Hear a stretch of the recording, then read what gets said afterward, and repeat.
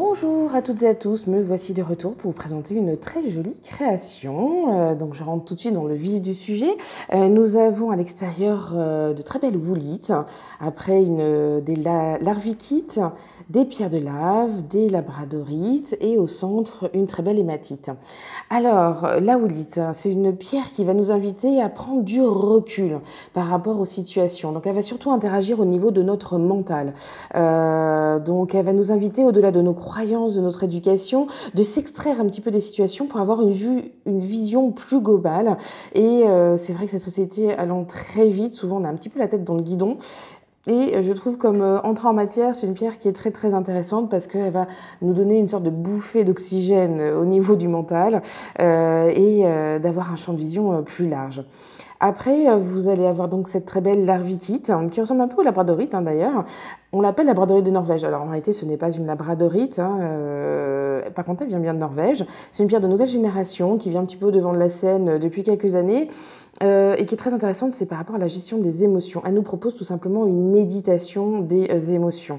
Donc en quoi ça consiste? Tout simplement, déjà reconnaître lorsqu'une émotion surgit en nous, l'accueillir et la vivre dans sa justesse, sans tomber dedans ou sans faire demi-tour et s'enfuir. Vraiment la vivre. Comme ça, on ne la cristallise pas en nous et on est dans notre justesse, dans notre authenticité.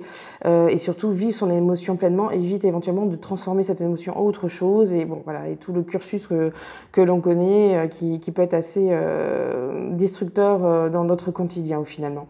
Après, nous avons cette très belle pierre de lave. Alors la pierre de lave, c'est une pierre qui est poreuse.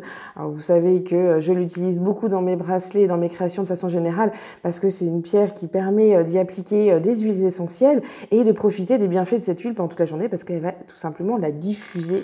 Donc c'est voilà, je les adore en plus pour d'autres raisons, parce que c'est une pierre volcanique et voilà, donc avec une très très belle force aussi de soutien.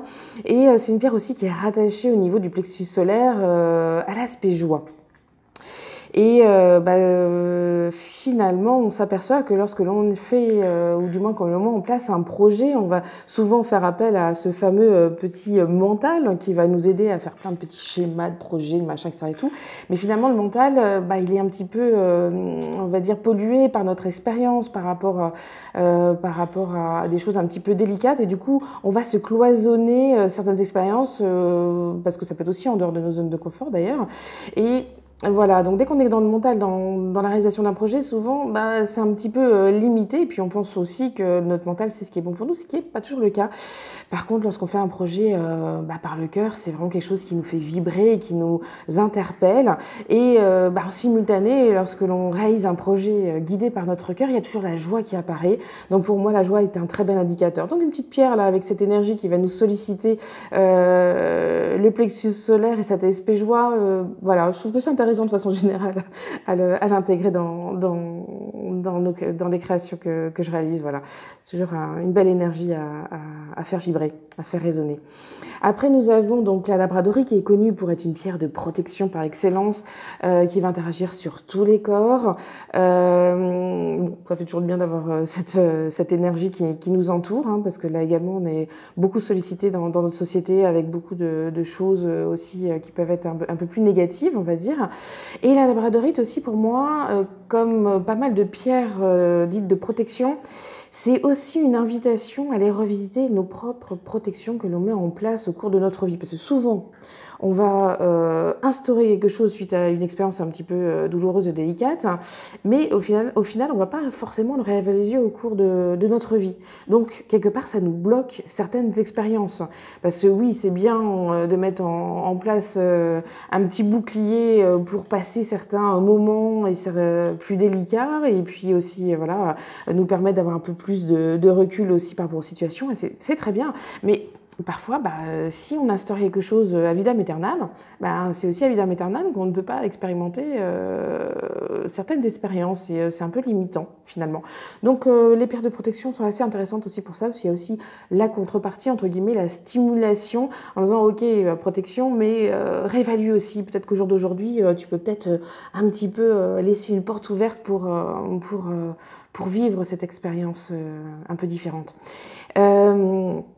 Et après, nous avons l'hématite. Alors, l'hématite est une très très belle pierre. Au niveau central, je la trouve juste grandiose, là, très sympathique.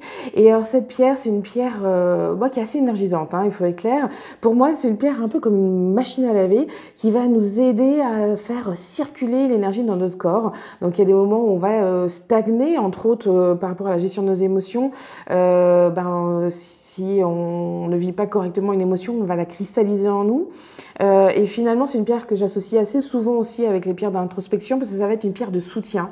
Dès qu'on va commencer à faire un peu un travail en soi, ça va permettre d'aider à faire bouger tout cela. Donc finalement, par rapport à ce qu'on vient de voir, c'est aussi une pierre qui va un petit peu nous solliciter pour chaque association, voilà, avec la houlite, avec la larvikite, la pierre de lave, voilà, elle sera une belle présence, un beau soutien pour faire un peu bouger notre énergie globale.